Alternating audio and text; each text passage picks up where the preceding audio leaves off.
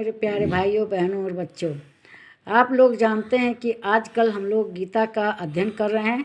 गीता के अध्ययन करने के क्रम में आज गीता के अध्याय 7 के श्लोक 8 पर पहुंच गए हैं। इसमें भी श्री कृष्ण भगवान अर्जुन को अपने बारे में बता रहे हैं कि मैं क्या हूँ। तो अभी हमने पिछले श्लोक में जाना कि वे इस तरह से हैं जैसे एक माला है और माला को धागे से गूंथकर एक कर दिया किया है। इसी तरह ये सारी सृष्टि, ब्रह्मांड, जीव, अपरा परा सब कुछ एक सूत्र में श्री कृष्ण भगवान ही हैं। वे ही सब जगत के रचयिता हैं। तो उसी क्रम में इस श्लोक में गीता के सब अध्याय 7 के 8वें श्लोक में, अभी तो हमने पीछे 7वां पढ़ा था ना, तो 8वें में वे कहते हैं, रसोऽयं सुकौन्त्यं प्रभास्मि शशि सूर्ययोः प्रणवः सर्ववेदेषु शब्दखे पुरुषं नृपु। कहते हैं कि हे अर्जुन, मैं जल में रस हूँ, मतलब जो भी गीली वस्तुएं हैं जो उनका रस है वे ही वो हैं, और चंद्रमा और सूर्य में प्रकाश हूँ। अगर चंद्रमा और सूर्य का प्रकाश नहीं हटा दिया जाएगा तो उनका कोई महत्व है? उनमें से प्रकाश नहीं आएगा तो कुछ होगा? तो जो है उनका वो प्रकाश है।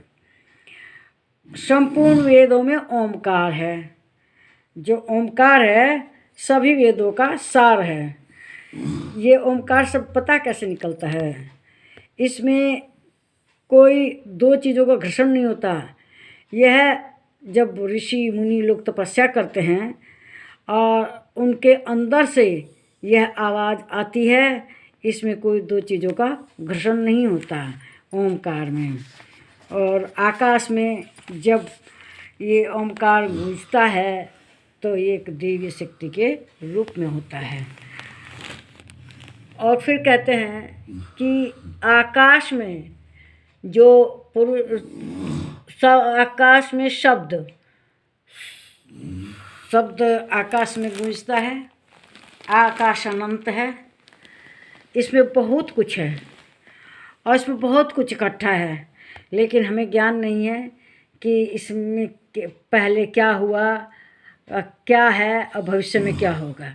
लेकिन जो ऋषि ज्ञानी लोग हैं वे लोग इसको जान पाते हैं आकाश में कि भाई क्या क्या है। ये शब्द आदमी स्टोर हो जाता है ना, रिकॉर्ड वगैरह सुनते हो, वीडियो सुनते हो, ये सब रिकॉर्ड होता है तो कहीं इकट्ठा भी होता है, जैसे इसमें वीडियो में इकट्ठा हो जाता है। तो आकाश में शब्द, बहुत शब्द हैं आकाश में, अनंत हैं। और पुरुषों में पुरुषोत्त, पुरुषों का पुरुषोत्त शक्ति भी श्री कृष्ण भगवान ही हैं। जो मनुष्य के अंदर शक्ति है वो सब श्री कृष्ण भगवान के कारण ही है। श्री कृष्ण भगवान के हम गुणों का क्या कारण बस वर्णन कर सकते हैं और उनके बारे में हम क्या कर सकते हैं? हम लोग तो उनके सामने एक भजन सुनेंगे, मैं मूर्ख खल कामी। बस हम मूर्ख लोग तो केवल उनके भजनों को गा सकते हैं, इसके अलावा कुछ नहीं कर सकते। तो वही ज्ञान विज्ञान सब श्री कृष्ण भगवान ही हैं। ये जो श्लोक है ज्ञान विज्ञान का ही है श्लोक। और तत्व रूप जितने भी पांचों तत्व हैं और सब भगवान ही हैं।